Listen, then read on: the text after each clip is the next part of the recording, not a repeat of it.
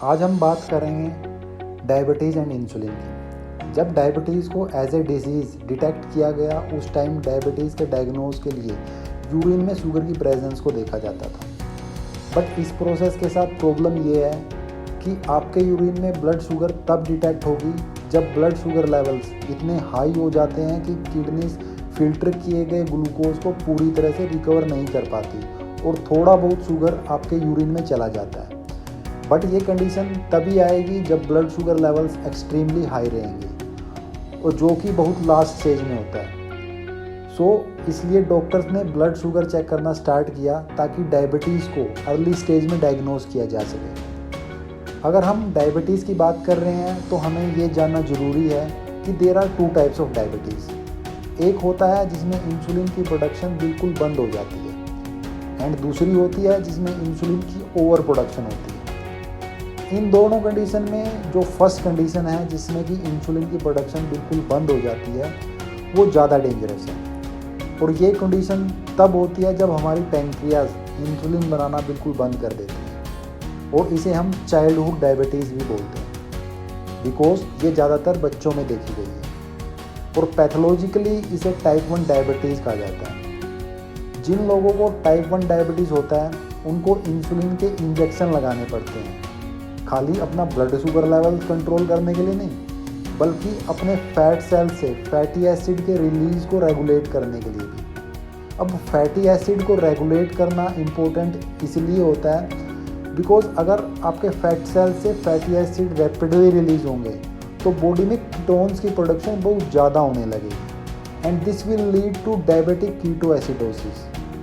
अब कीटोएसिडोसिस क्या होता है ये मैं आपको अपनी दूसरी वीडियो में एक्सप्लेन करूँगा। बट यहाँ पे एक बात ये ध्यान में रखें कि ये कंडीशन सिर्फ टाइप 1 डायबिटीज़ में होती है। टाइप 2 डायबिटीज़ में ये कंडीशन बहुत ही लास्ट स्टेज में हो सकती है अगर डायबिटीज़ को ट्रीट ना किया गया हो और ऐसी स्टेज आ गई हो कि पैंक्रियाज ने इंसुलिन की जो मिनिमम अमाउंट है जो कि फैटी एसिड को रेगुलेट करने के लिए ज़रूरी है वो भी प्रोड्यूस करना बंद कर दिया हो। So now let's discuss about type 2 diabetes. Type 2 diabetes type 1 diabetes के बिल्कुल अपोजिट होता है।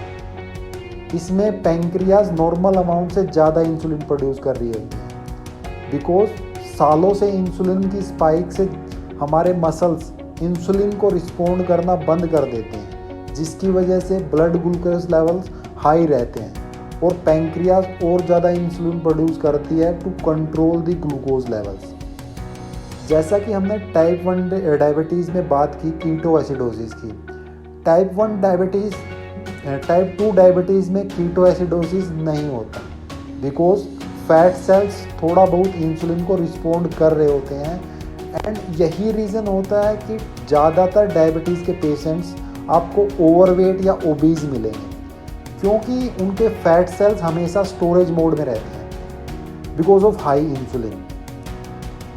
यहाँ पे मेन चीज़ नोट करने वाली ये है कि इंसुलिन रेजिस्टेंस सडनली डेवलप नहीं होता, हम सडनली डायबिटिक नहीं हो जाते हैं।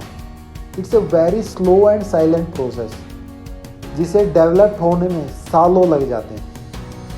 इंसुलिन रेजिस्टेंस डेवलप होने से पहले बॉडी में काफ़ी फिजिकल एंड बायोकेमिकल चेंजेस होते हैं जैसे कि आपका लीवर ब्लड शुगर को फैट में कन्वर्ट करना स्टार्ट कर देता है जिसकी वजह से आपके ट्राइग्लिसराइड्स बढ़ने लगते हैं। फैट सेल्स ज़्यादातर स्टोरेज मोड में रहते हैं जिसकी वजह से आप फैट गेन करना स्टार्ट कर देते हैं। हमारा ब्लड प्रेशर बढ़ने लगता है, हमारा HDL cholesterol which is a good cholesterol वो कम होने लगता है and if you are observing these 3 और more sign then there are high chances कि आप 45 ईयर के बाद डायबिटिक हो सकते हैं and a good doctor can predict diabetes a way before in fact इन सब सिम्टम्स के पहले भी एंड इसे आइडेंटिफाई करने के लिए doctor have to check 2 biomarkers. First is a fatty acid name palmitoleic acid POA। POA आपके ब्लड लिपिड में इंक्रीज होने लगता है and it is a sign that आपकी बॉडी कार्बोहाइड्रेट्स को मोस्टली फैट में कन्वर्ट कर रही है। So an elevated level of POA in the blood is an early sign that your body is struggling to handle whatever carbohydrate you are eating. Second early sign is the level of inflammation in your body. Inflammation is a part of our immunity. हमारी body में जब भी कोई injury होती है तो वहाँ पे इन्फ्लामेशन बढ़ने लगती है to heal that injury. Same like that body में जब भी कोई थ्रेट होता है तो वहाँ पे रैपिडली इन्फ्लामेशन लेवल इंक्रीज हो जाते हैं और जैसे ही वो थ्रेट चला जाता है it come back to normal. And लगभग 20 साल पहले ये नोट किया गया कि जिन लोगों की बॉडी में इन्फ्लामेशन ज़्यादा है they were at a high risk of heart attack. And उसके बाद this observation was extended to type 2 diabetes as well. So that's why inflammation is considered as a cause of insulin resistance and type 2 diabetes. Here the conclusion is that an increased level of insulin is associated with inflammation and carbohydrates and sugar are associated with high level of insulin. And the primary factor that drive insulin is carbohydrates and sugar. So the conclusion is that the dietary carbohydrates drive both inflammation and insulin levels, and both of these promote insulin resistance. अब सवाल यहाँ पे ये आता है कि क्या ये सबके लिए सेम होता है? Of course not. Since we know genes also play a very important role, but still we have not found that gene which lead people to become intolerant to carbohydrates. So we do not actually know who will get diabetes. So it's better to limit those factors which can cause you insulin resistance and diabetes.